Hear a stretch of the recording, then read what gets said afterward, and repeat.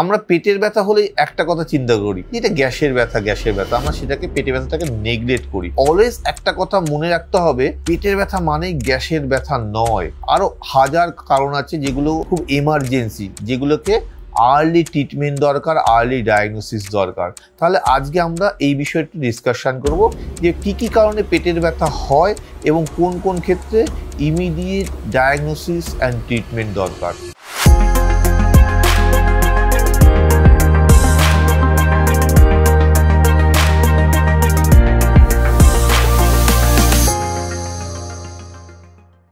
আমি doctor Jayanta Pal, gastroenterologist and director of department of gastroenterology, Vivacity hospital, Madhyamgram.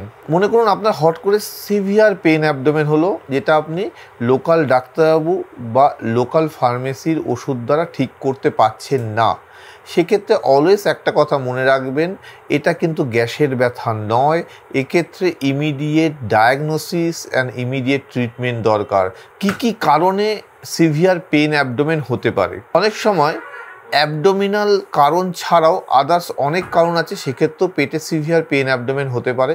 যেরকম heart attack, inferior ওয়াল myocardial infraction heart অ্যাটাকের, সেক্ষেত্রেও কিন্তু আমাদের এপিগ্যাস্ট্রিক রিজিয়নে সিভিয়ার পেন অ্যাবডোমেন নিয়ে আসতে পারে। এটাও কিন্তু আমাদের ভুলে গেলে চলবে না। একটা elderly patient with severe epigastric pain, এই জায়গাটায় সিভিয়ার পেইন হচ্ছে, তাহলে সেক্ষেত্রে আমাদের একটা ইসিজি খুব important to exclude the acute myocardial infraction. Uncontrol diabetes, সেক্ষেত্রে ডায়াবেটিক কিটো অ্যাসিডোসিসও কিন্তু সিভিয়ার পেন অ্যাবডোমেন নিয়ে প্রেজেন্ট করতে পারে। অলওয়েজ তার সাথে একটা ডিহাইড্রেশন থাকে, আদার্স অনেক সিমটমস থাকে। সো যখন পেশেন্টের সিভিয়ার পেন অ্যাবডোমেন হবে, তখন আদার্স কোমরবিডিটিসগুলো আমাদের দেখতে হবে, যে পেশেন্টের ডায়াবেটিস আছে কিনা, পেশেন্ট এল্ডারলি কিনা, কোনো কার্ডিয়াক ইটিওলজি অলরেডি তার পেশেন্টের আছে কিনা, ইসকেমিক হার্ট ডিজিজ আছে কিনা অলরেডি। এবারে আমরা যাব পেটে কি রোগের ক্ষেত্রে সিভিয়ার পেন অ্যাবডোমেন হতে পারে। যেটা মোস্ট কমন হচ্ছে অ্যাকুট কোলেসিস্টাইটিস, মানে গল ব্লাডার ইনফ্লামেশন, সেটা ক্ষেত্রেও কিন্তু সিভিয়ার পেন অ্যাবডোমেন, ভমিটিং হতে পারে।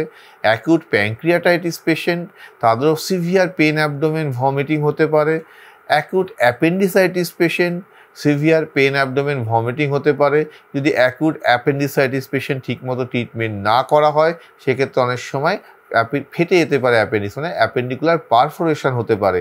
এটা কিন্তু সিরিয়াস একটা কন্ডিশন। দেন পেশেন্টের অনেক সময় খাদ্যনালী ফুটো হয়ে যাবে, একটা পেটে আলসার রয়েছে, স্টমাক আলসার বা ডিওডিনাল আলসার, সেটা ফুটো হয়ে গেল, সেক্ষেত্রেও কিন্তু পেশেন্ট সিভিয়ার পেন অ্যাবডোমেন নিয়ে প্রেজেন্ট করতে পারে। সো সিভিয়ার পেন অ্যাবডোমেন নিয়ে যদি পেশেন্ট আসে বা আপনার কারো সিভিয়ার পেন অ্যাবডোমেন হট করে শুরু হলো একটা সিভিয়ার পেন অ্যাবডোমেন, কখনোই ভাববেন না এটা হচ্ছে গ্যাসের ব্যথা থেকে হচ্ছে। অলওয়েজ পেশেন্টকে এমার্জেন্সি ডিপার্টমেন্টে নিয়ে আসুন হসপিটালের, এবং আর্লি ডায়াগনোসিস অ্যান্ড ট্রিটমেন্টের মধ্যে দিয়ে নিয়ে যান, পেশেন্ট খুব দ্রুত সুস্থ হয়ে যাবে।